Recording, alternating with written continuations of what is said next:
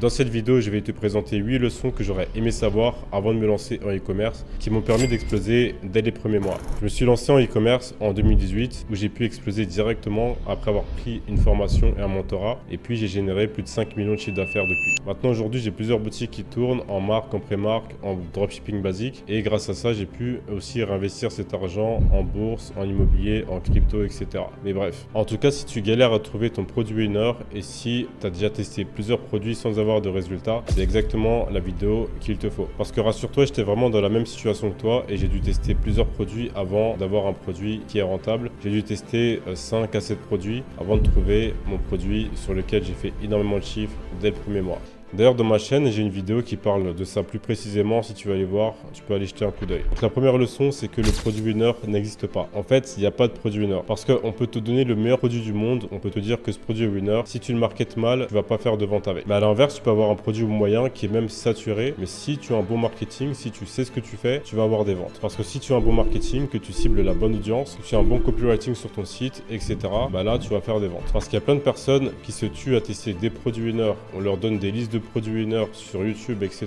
Et pourtant, ils testent ces produits winners et ils n'arrivent pas à faire du chiffre. Alors qu'il y a plein d'autres personnes qui vont tester les mêmes produits et qui vont réussir à faire 30K, 50K, 100K, 500K, même beaucoup plus que ça, sur les mêmes produits que beaucoup de personnes testent et qui n'arrivent pas à faire d'argent. Donc la notion de produit winner n'existe pas. La deuxième leçon, tant que tu ne lâches rien, tu as un seul produit de la réussite. Parce que ce soit en dropshipping ou dans d'autres business, il va s'agir de tester. Parce qu'en fait, c'est très simple. Tu vas échouer seulement si tu abandonnes. Et si tu comprends ça, bah crois-moi que tu as beaucoup plus de chances de réussir que n'importe qui. Parce qu'il faut bien comprendre que dans tous les business, c'est la même chose. Il va s'agir de tester différents settings qui va te permettre de trouver les bons paramétrages, qui va te permettre d'avoir des résultats. C'est la même chose pour tous les business. Le dropshipping, c'est pas différent. Il va s'agir de tester des produits de différentes manières pour pouvoir trouver un produit sur lequel tu vas faire du chiffre. Et en dropshipping, c'est encore plus vrai parce que tu es vraiment à un seul produit de la réussite. Parce que moi, par exemple, j'ai testé plusieurs produits. Quand j'ai commencé, comme je te l'ai dit, j'ai testé un produit, ça marchait pas, 2 produits, ça marchait pas, 3 produits, j'étais en break-even, j'étais pas rentable ou j'étais un peu profitable, ensuite ça se cassait la tête pour pas dire autre chose. Mais ensuite j'ai testé un 6e ou 7e produit, c'est là où j'ai commencé à être rentable et dès lors où j'ai commencé à être rentable, j'ai fait 40 000 € dès le premier mois de dropshipping où je me suis lancé et ensuite ça a progressé de manière exponentielle en fait. Parce que j'ai testé d'autres produits, bon il y avait d'autres produits qui marchaient pas, mais en tout cas le ratio testing réussite a commencé à diminuer et j'ai commencé à faire de plus en plus de chiffres. Donc ce qu'il faut bien que tu comprennes, c'est que chaque échec va te permettre d'emmagasiner des connaissances, de l'expérience qui va te permettre d'être de plus en plus bon dans ce que tu fais. Et plus tu es bon dans ce que tu fais, moins tu vas échouer dans le testing.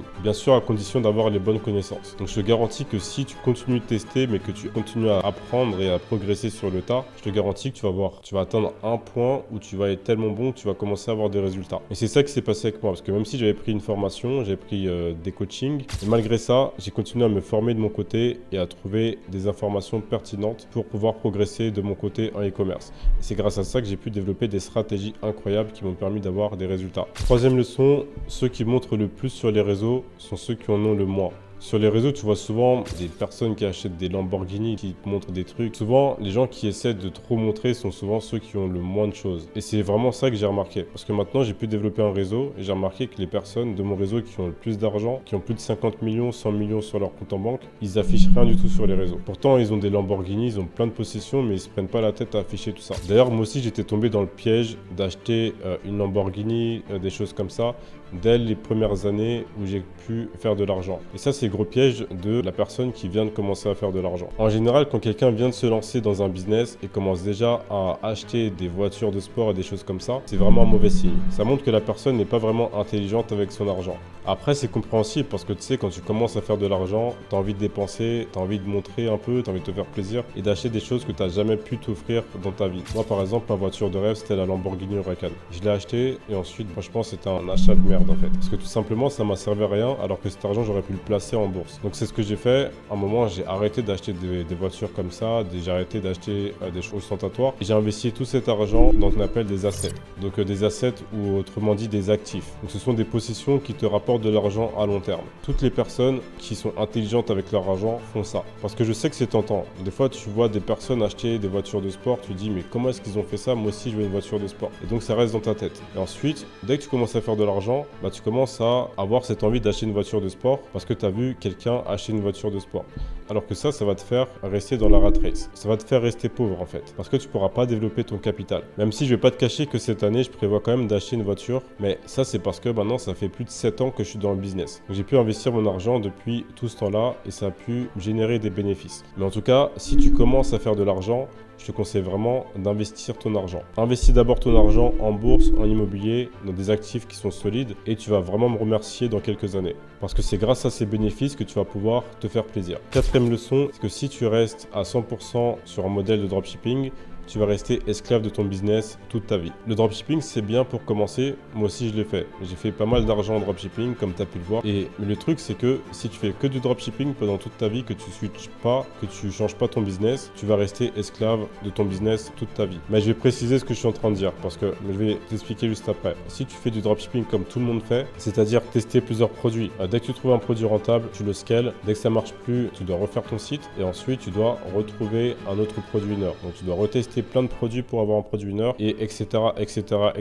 Donc tu feras ça à l'infini, mais ça c'est pas possible parce que tu vas être esclave de ton business étant donné que tu vas toujours devoir tester plein de produits pour avoir un produit rentable. Moi ce que je fais, j'ai un modèle hybride, c'est-à-dire que j'ai les avantages du modèle dropshipping et j'ai les avantages de la marque. Et en fait je combine ça pour avoir un modèle hybride. Donc c'est-à-dire que j'ai des vrais produits de qualité, donc mes clients sont satisfaits, j'arrive à livrer assez rapidement, mais j'ai pas pour autant du stock. Et surtout j'ai du trafic qui arrive tous les mois sur mon site. J'ai pas besoin de faire plusieurs sites, tester plein de produits, refaire des sites constamment. Et j'ai une bonne LTV, etc.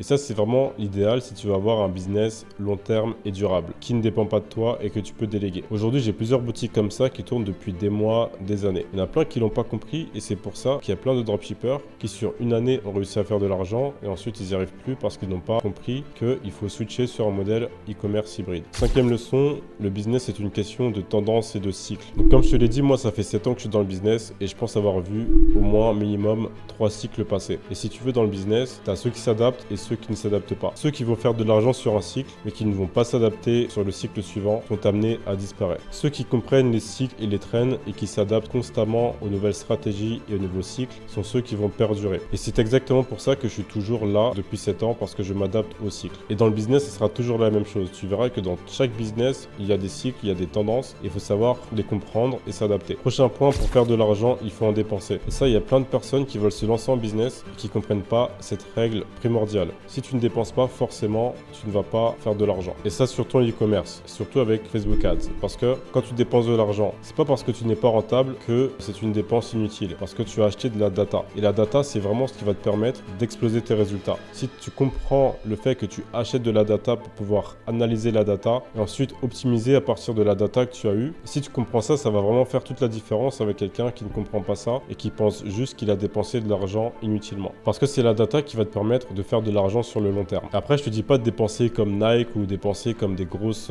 entreprises. Simplement, avec quelques centaines d'euros, tu peux déjà commencer à avoir de la data, récolter de la data et analyser ta data pour pouvoir optimiser tes ads par exemple ou même ton site. Ensuite, il faut que tu comprennes qu'il n'y a aucune limite au succès. La seule limite, c'est tes compétences. Parce qu'un produit peut te rendre broke, donc c'est-à-dire pauvre, peut te rendre riche, aisé, millionnaire, multimillionnaire avec un seul produit et ça va seulement dépendre de tes compétences. Avec tes compétences, un produit peut te rendre pauvre, riche, millionnaire. Pourquoi est-ce que je te dis qu'un produit peut te rendre pauvre, riche ou millionnaire? Parce que tout simplement, comment est-ce que tu expliques que certains vont tester le même produit que toi et que toi tu ne vas pas réussir alors que d'autres personnes sur le même produit vont réussir à faire de l'argent? C'est simplement parce qu'ils connaissent quelque chose que toi tu ignores. Autrement dit, c'est simplement qu'ils ont des compétences que toi tu n'as pas encore. Et c'est ok de ne pas encore avoir les compétences qu'il faut, tu vois. Il faut simplement le savoir, être humble, le comprendre, mettre son ego de côté et de travailler sur soi pour essayer d'être meilleur. Ensuite, si tu ne sais pas ce que tu fais, tu n'auras pas de résultat. Et pire encore, si tu ne sais pas ce que tu fais, tu vas rater des opportunités qui auraient pu te faire atteindre les objectifs que tu souhaites. Que ce soit devenir riche, millionnaire, ce que tu veux. Si tu ne sais pas ce que tu fais, tu vas rater des opportunités qui vont te permettre d'arriver à ton objectif. Je vois trop de personnes qui se brûlent les ailes, ils veulent absolument essayer de tout faire tout seul, sans aide.